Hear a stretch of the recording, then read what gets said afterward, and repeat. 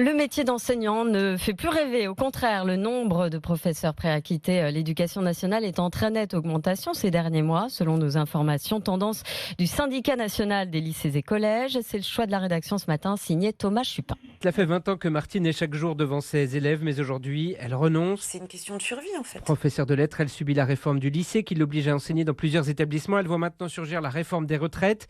Elle ne peut plus enseigner comme elle l'imaginait. Il faut que je préserve ma santé mentale, ma santé physique, mais c'est surtout une décision qui est prise avec chagrin parce que c'est un métier que j'aime toujours. C'est assez désespérant de voir ce que notre métier devient et l'idée, en plus, avec la réforme des retraites, on va ajouter de la souffrance sur de la souffrance. Responsable des conditions de travail au syndicat national des lycées et collèges, le SNALC, Maxime Repère entend quotidiennement ce genre de discours. En fait, il recherche un petit peu d'humanité. Les facteurs immédiats, ça va être la médiatisation de certains problèmes. La question des suicides, par exemple, ça a été un déclencheur pour beaucoup de collègues.